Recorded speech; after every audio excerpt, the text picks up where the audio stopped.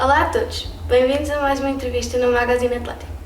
Hoje temos o privilégio de entrevistar Anabela Nobre, uma professora de História da Arte na Universidade Sénior de Seixal, antiga inspetora no Serviço Estrangeiro de Fronteiras e ex-voluntária no Museu de São Roque, em Lisboa. Boa tarde, Anabela. Muito obrigada pela sua disponibilidade. Como foi trabalhar no Serviço Estrangeiro de Fronteiras?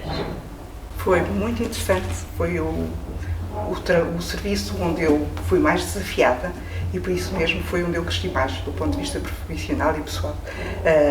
Tive experiências muito diversificadas, desde controle de fronteiras, controle de permanência, formação, reuniões no estrangeiro, projetos subvencionados, portanto foi de facto uma experiência riquíssima. Tenho pena que o serviço entretanto se tenha extinguido, mas eu já lá não estava e a culpa não é minha, de certeza absoluta. Foi de facto isso. Quais eram as suas principais responsabilidades enquanto inspetora no CEF? Eu tive várias, fiz várias coisas no serviço. Comecei por ser inspetora no posto de fronteira do aeroporto de Lisboa, que foi talvez até o mais desafiante, até do ponto de vista da disponibilidade. E depois estive responsável pelo centro de documentação, por um centro de formação e por uma divisão, a divisão de planeamento. Dirigi uma revista, ou seja, projeto de redação e criei a revista do Fronteira, do CEF, ou seja, fiz realmente muitas coisas. Depois fui oficial de ligação do Serviço Estrangeiros e Fronteiras também em serviços exteriores. Durante o tempo que trabalhou no CEF, há alguma situação que a tenha marcado? Houve muitas, mas claro, não podia falar delas todas. Eu só vou referir aqui uma que foi aliás, vou referir duas. Uma que foi no aeroporto de Lisboa, enquanto eu estava como inspetora responsável, e num voo proveniente da Irlanda, vinham duas senhoras que se embriagaram no voo. Ou seja, beberam mais do que deviam, se calhar para afastar o medo, o stress da viagem, mas o problema foi que quando chegaram ao aeroporto, uma das senhoras desmaiou e entrou em coma alcoólico. Portanto, podem imaginar o pânico que toda a gente que estava ali teve. Claro, foi ali uma correria para chamar o apoio médico, para levar a senhora para o hospital. Foi de facto assim uma das situações mais desafiantes, na medida em que envolvia várias coisas e envolvia inclusivamente uma questão de saúde. Depois uma outra, esta foi mais divertida, foi das primeiras reuniões que eu participei enquanto representante do serviço no estrangeiro, foi em Itália, em Roma, e eu cheguei com outro colega espanhol ao aeroporto, foram-nos buscar, da polícia italiana, e aquela viagem foi épica, porque a sirene tocou durante o tempo todo, o carro galgou passeios, o carro fez aquelas coisas que um polícia nunca devia fazer. E eu quando cheguei pensei, entre a fúria e a diversão, vou preferir a diversão e rir. Mas portanto, foi de facto assim uma situação que nunca mais esquecerei. O que é que retirou da sua experiência a trabalhar como voluntária no Museu de São Roque, que ainda hoje usa diariamente? Também foi uma experiência muito interessante, aliás todas as experiências são interessantes, vocês também já sabem isso e vão descobrir isso mais vezes. Porque é que foi muito interessante? Porque aprendi muita coisa sobre história da arte, sobre as obras que estão lá no museu e na igreja de São Roque, porque de facto fui sensibilizada para uma coisa, e eu até sou amante de história da arte, para uma coisa que não conhecia tão profundamente, que é uma das capelas mais bonitas, mais completas e com mais informação que existe em Portugal, que é a Capela de São João Batista, que foi mandada fazer por Dom João V em Roma, que veio carregadinha em navios para Lisboa e foi remontada ali naquele sítio. Vocês têm que ir visitar, fica já aqui. Eu posso fazer uma visita guiada, não me importa nada. Porque é de facto uma igreja extraordinária e aquela capela, do ponto de vista da história da arte, é de facto uma joia. E o que é que eu aprendi mais? Aprendi que, infelizmente, quem menos liga ao património e quem menos atenção dá às obras que ali estão são os visitantes portugueses. E isso foi uma coisa que me entristeceu. Isto está para o YouTube, ainda bem, que é para toda a gente ouvir. Há, de facto, um déficit de valorização, ou do sentido de valorização do nosso património. E isso eu senti um bocadinho, mas foi muito bom, porque falava com várias pessoas, várias proveniências, treinei o inglês e o francês, foi uma coisa que achei muita piada e foi realmente uma experiência muito boa. Como foi para si ensinar história da arte a pessoas mais velhas? Há algo de especial nesta dinâmica? Há muita coisa de especial. há logo à partida uma coisa que é um interesse comum. E o interesse comum, por conhecer coisas, e mais profundamente coisas sobre arte, dá uma dinâmica sempre interessante às aulas. Eu costumo dizer que as minhas aulas são, não é próprio, eu não ensino, eu estou a partilhar conhecimentos, mas digamos que uma aprendizagem colaborativa, porque eu lanço desafios nas aulas, falo sobre as coisas, mas as pessoas, com as perguntas que fazem, com as coisas que já viram e com as coisas que lhes interessam, aprofundaram também significativamente o meu conhecimento. Portanto, é uma experiência muito interessante e acho que as universidades sénior têm um papel muito relevante nesta valorização do património nacional. Acho que quanto mais pessoas frequentarem as universidades sénior, mais património é visitado e é valorizado. O que a fez escolher a área de História da Arte? Porque eu sempre gostei muito de museus, sempre gostei muito de ver pintura, de ver arte, e depois sou licenciada em História, e na altura, quando licenciei a variante História da Arte, ainda não existia como existe agora, e eu tinha motivo, se existisse, eu teria, de facto, seguido com a História da Arte. Porquê? Porque a arte é um testemunho extraordinário, porque a arte tem a capacidade de nos desafiar, de nos pôr a analisar muito mais coisas, a saber muito mais coisas, de mundos passados e agora com a arte contemporânea, das sensações e dos protestos e da forma como os artistas atuais veem o mundo e a vossa realidade para os contemporâneos.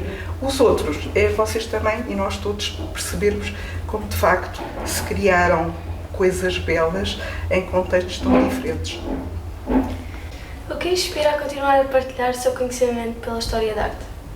É a relação que se estabelece com as pessoas, é a possibilidade de ir aprofundando conhecimentos. Eu sei muito mais hoje, mas é incomparavelmente mais do que sabia quando me lancei o desafio de agora vou treinar a dar aulas de História da Arte.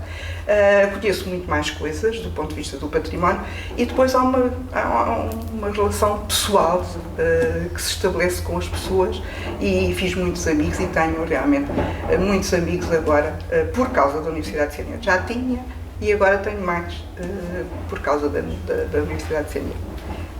Qual é a principal diferença entre a sua rotina como professora voluntária agora com a que tinha como professora eventual há 30 anos atrás? Assim, a experiência, a idade mudam tudo, não é? Eu quando dei aulas por um breve período, quando tirei o curso, foi uma experiência, não diria traumatizante, mas um bocadinho. O professor portanto os professores têm sempre desafios pela frente e eu era realmente muito inexperiente e não foi assim a coisa mais interessante que eu fiz, ou que eu achei que tinha feito. Aliás, rapidamente mudei, tive outra oportunidade e aceitei a outra oportunidade de emprego. Mas, de alguma forma, ficou sempre o bichinho, quando uma pessoa sai frustrada de um local, pensa assim, mas será que eu, com uma outra experiência, num outro contexto, com outro nível de conhecimentos, me daria bem a dar aulas?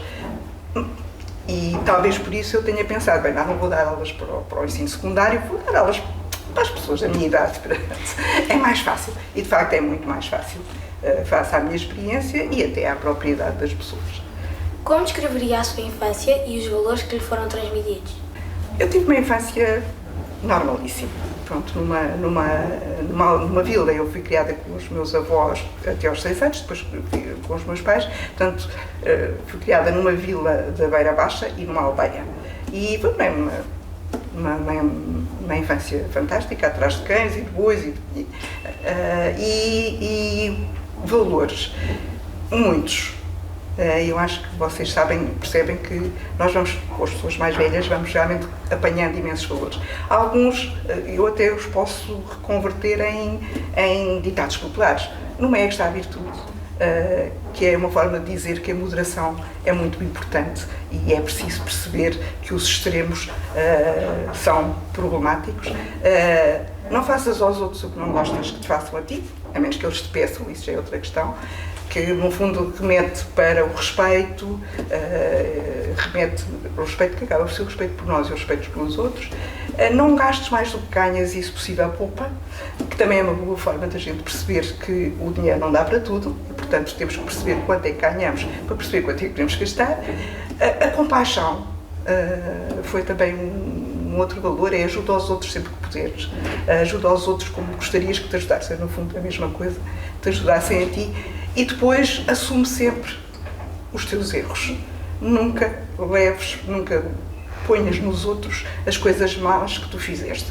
E isto é o sentido da responsabilidade. E estes valores têm-me seguido sempre ao longo da vida e confesso que tenho-me dado muito bem com eles. Como foi vir para Lisboa sozinha, como uma jovem adulta? Uma aventura. Na altura foi uma aventura. Uma aventura e um desafio também. Claro que era uma coisa que eu queria, sempre quis vir para Lisboa, porque o facto de viver numa zona provinciana era um bocadinho claustrofóbica, as relações familiares, eu tinha uma família relativamente grande, os meus tios, os irmãos do meu pai, e era tudo muito, estavam sempre de olho de nós e tudo parecia mal, pronto, uma certa claustrofobia. E portanto para mim vir para Lisboa era uma forma de garantir uma autonomia e uma liberdade que eu não tinha naquele enquadramento. E portanto foi de facto conseguir um objetivo, e depois foi uma aventura porque eu não conhecia nada e tinha coisas como, por exemplo, chegava a uma paragem de autocarro e dizia bom dia a toda a gente e depois as pessoas ficavam todas a olhar para mim com ar estou muito perplexa, o que ela quer, mas foi, claro, uma aventura muito boa. O que queria fazer quando era mais pequena? Eu, quando era mais pequena, quis fazer várias coisas. E uma delas foi ser missionária. Queria ser missionária. E porquê que eu queria ser missionária? Porque os missionários viajavam, iam para a África, iam fazer tipo, um monte de coisas giras e era uma das coisas que eu sempre tive a ideia de gostaria muito de fazer e felizmente já fiz muitas. Quero fazer viagem. Mas depois, porquê é que eu não fui para missionária? Penso que será a pergunta seguinte, porque depois disseram, e vocês vão achar piada a isto, porque de facto é o universo de uma adolescente, disseram que não, as missionárias depois não podem casar. Oh não, então aí já não. Se não podem casar, eu não quero ser missionária. Eu quero casar e ter filhos. E portanto foi assim, depois quis ser várias coisas, como eu acho que todas vocês também querem. Depois fixei-me ali, mais ou menos, a meio, entre os 15 e os 16 anos, fixei-me ali na história. Pronto. Quais foram as pessoas que mais influenciaram na sua trajetória profissional e de que forma? Olha, na trajetória profissional, eu confesso que houve várias, não houve propriamente ninguém que tivesse um papel muito relevante. Eu fui indo ao sabor, não digo não fui ao sabor totalmente do acaso, mas fui indo ao sabor das oportunidades e daquilo que na altura me pareceria mais adequado quer para a experiência que eu tinha, quer para as coisas que me apetecia fazer. Portanto, não tenho assim ninguém. Do ponto de vista da escolha do meu curso de História, aí sim, aí tive a influência de uma professora de História, e aí mais uma vez o papel relevante que os professores têm, de uma professora de História que de repente me deu a perceber que a História não era só memorizar datas e memorizar coisas, era relacionar coisas, era de facto perceber a diversidade do mundo, a diversidade das pessoas que o compunham, as coisas que podiam fazer, desde a arte, às guerras, às coisas boas e más, e de facto ela foi tão bom que eu disse, é isto que eu quero, é perceber estas coisas. E apesar de nunca ter, tirando aquele período muito pequeno de aulas que dei no início, nunca ter exercido história propriamente dita, a história deu-me ferramentas para fazer análises críticas, para fazer articulações que me foram úteis em todas as coisas que fiz. Existe alguma figura pública ou histórica que inspire? Se sim, porquê? Há muitas. Mas eu, por acaso, vou centrar-me aqui numa figura que é muito recente, que me inspira, que é um professor que vocês se calhar já ouviram falar, que é o Carlos Fiolhais, que é um professor portanto foi professor, agora está jubilado, foi professor, é um físico e foi professor de física e teve alguns projetos nessa área na Universidade de Coimbra, é um divulgador de ciência e criou também no Centro Ciência Viva e Biblioteca Rómulo de Carvalho. Não sei se vocês sabem, Rómulo de Carvalho é o António Estião. Toda a gente conhece a Pedra Filosofal, já ouviram de certeza, toda a gente da minha geração. Não sei se vocês conhecem. Mas é um poema lindíssimo e a canção também. E é do António Gedeão, cujo nome era Rómulo de Carvalho. O António Gedeão é o pseudónimo artístico do poeta, e foi também um divulgador, foi professor de física, foi um divulgador de ciência, e o Carlos Filhais é um divulgador de ciência. E tem várias coisas escritas, incluindo um agora novo, que é uma revisão e atualização do livro Ciência Divertida, e a Física Divertida, desculpem. E porquê que ele me inspira? Porque, de facto, dedicar agora após a aposentação a sua, digamos que a sua atividade a divulgar a ciência, acho que é muito meritório, tanto mais que hoje, até por via das novas modalidades de comunicação, a pseudociência está a ser muito vendida e está a ser muito bem vendida. E eu acho que é muito importante que alguém se preocupe em ir divulgando a ciência, não pseudo, para jovens como vocês não caírem em muitas das esparrelas da pseudociência. Que conselhos daria a uma pessoa com uma carreira multifacetada como a sua? Ora, eu conselhos diria, sejam sempre curiosas, nunca se acomodem, ou seja, quando sentirem que estão a ficar acomodadas e que não vos apetece fazer nada de novo, peço desculpa, no sítio onde estão a trabalhar ou naquilo que estão a fazer, mudem. E nunca fiquem com medo de encarar desafios. Os desafios criam sempre angústia, a angústia e o desafio estão sempre relacionados, porque os desafios implicam mudança, mas não rejeitem mudança por medo de saírem da vossa zona de conforto, por medo de falhar, por medo de não ter capacidade, porque as capacidades adquirem-se, há muita formação e, sobretudo, a curiosidade, a vontade de mudar e a noção de que se está sempre a aprender e que é preciso estar sempre a aprender são coisas muito importantes para qualquer pessoa que queira trabalhar e que queira ter atividades diversas. Muito obrigada pela sua disponibilidade. Foi um prazer tê-la aqui connosco. Muito obrigada também.